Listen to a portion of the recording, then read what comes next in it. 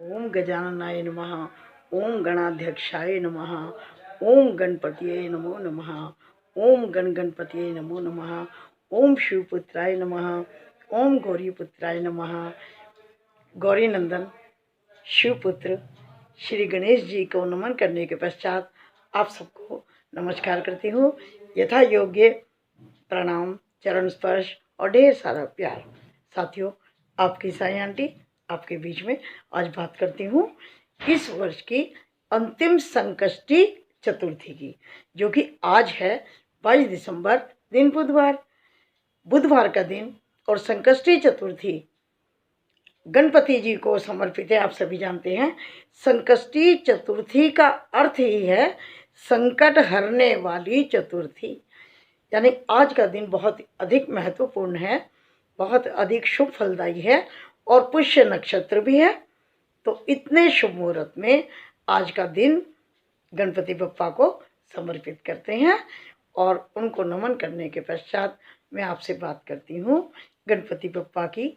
ये प्रथम पूज्य देवता हैं, विघ्न विनाशक हैं, बुद्धिदाता हैं। यदि हमारे बच्चे की याददाश्त कुछ कमज़ोर है, अच्छे से काम नहीं कर पा रहा, और हम चाहते हैं कि हमारा बच्चा तीव्र बुद्धि का बने और उसे सब कुछ जल्दी याद हो जाए, उसकी स्मरण शक्ति बढ़ जाए, तो आज का दिन विशेष है। हमें अपने बच्चों के लिए गणपति बप्पा से कृपा मांगनी चाहिए।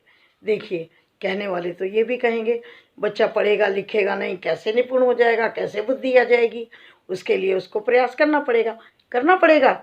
लेकिन उसमें जब गणपति बप्पा जो कि बुद्धिदाता हैं, उनका आशीर्वाद भी मिल जाएगा, उनकी कृपा भी मिल जाएगी, तो वो कार्य जल्दी सफल हो जाएगा। और हमारे बच्चे की मेहनत में या किसी तरह से कहीं कोई कमी पेशी रह जाती है, उसकी पूर्ति गणपति बप्पा की कृपा ज़रूर करेगी। तो आज के दिन गणपति बप्पा का पूजन करिए। रोज़ ही करना चाहिए, प्रतिदिन करना चाहिए, लेकिन आज विशेष करना चाहिए। तो क्या कि गणपति बप्पा का जो रंग होता है वो हरा होता है, इसीलिए जब मैं गणपति बप्पा की पूजा करती हूँ तो हरा रंग पहनती हूँ और गणपति बप्पा को भी हरा पहनाती हूँ। तो आप भी हरा वस्त्र उनको समर्पित करके तिल का, लड्डू का, मोदक का भोग लगाइए और उनसे अपने बच्चों के लिए, अपने घर परिवार की सुख शांति के लिए, प्रसन्नता के लिए और सद्बुद्धि मिले हमारे परिवार के हर सदस्य को, इसके लिए आज पूजा की जानी चाहिए। तो साथ ही एक बहुत छोटी सी कथा, जिससे पता लगता है कि शिवजी महाराज ने भी इस व्रत को किया। तो सुनाती हूँ आपको कि एक बार शिव पार्वती दोनों नदी के किनारे बैठे हुए थे, तो पार्वती जी का मन चौसड़ खेलने के लिए हो गया। अब कौन जीता कौन हारा, इसका निर्णय करने के लिए कोई तीसरा था ही नहीं, लेकिन तीसरे व्यक्ति की तो आवश्यकता थी जो बताएगा कौन जीता कौन हारा। तो उस समय शिव पार्वती ने मिल करके एक मिट्टी की मूर्ति समझ लीजिए बनाई और उसको जीवन दान दे दिया, और वो बच्चा जो था मिट्टी वाला, उसमें जान आ गई, वो बालक बन गया। तो माता पार्वती ने कहा कि तुम हमारे खेल को अच्छे से देखना और जो जीते उसकी तुम घोषणा करना।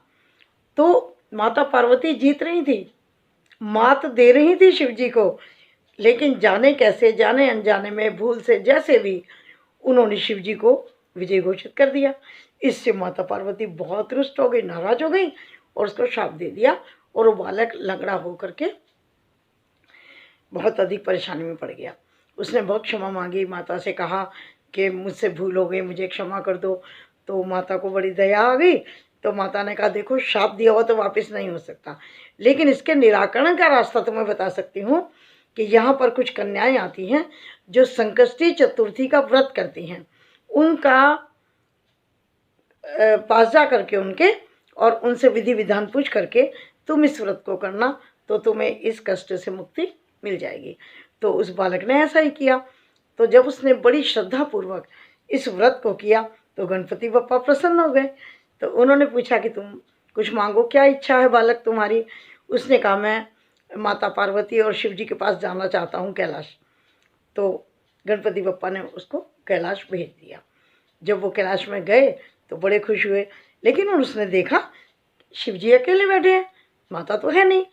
जब शिव जी से पूछा तो पार्वती जो है वो रुष्ट होकर के कैलाश पर्वत से चली गई थी। तो शिव जी ने पूछा कि तुम यहाँ तक कैसे आए और तुम स्वस्थ कैसे हो गए। तो उसने संकष्टी चतुर्थी के व्रत के बारे में उस बालक ने शिव जी को बताया। तो शिव जी ने भी इस व्रत को किया और उसके प्रभाव से पार्वती माता पुनः कैलाश पर आ गई। तो देखिए साथियों, कितना पुण्य फलदायी है। तो गणपति बप्पा बहुत प्रसन्न हो गए। तो उनको प्रसन्न करने का आज का दिन हमारे पास है। और रात के समय चंद्रमा को व्रत जो पूरा करेंगे, चंद्रमा को अर्घ दे करके करेंगे। तो यदि आपने व्रत किया है तो बहुत अच्छी बात है, नहीं किया कोई बात नहीं, आप इस कथा को सुन के और गणपति बप्पा की पूजा करके, आरती करके, गणेश चालीसा पढ़ के, ओम गण गणपते का जाप करके, जैसे भी आप कर सकते हैं आप कीजिए और गणपति बप्पा का आशीर्वाद ज़रूर लीजिए। तो गणपति बप्पा मोरया, अगले बरस फिर जल्दी आ। तो आप सभी से विदा लेती हूँ और बहुत जल्दी मिलती हूँ किसी और चर्चा के साथ। तब तक के लिए अपना ख्याल रखिए, खुश रहिए, गणपति बप्पा मोरया करते रहिए। नमस्कार, धन्यवाद।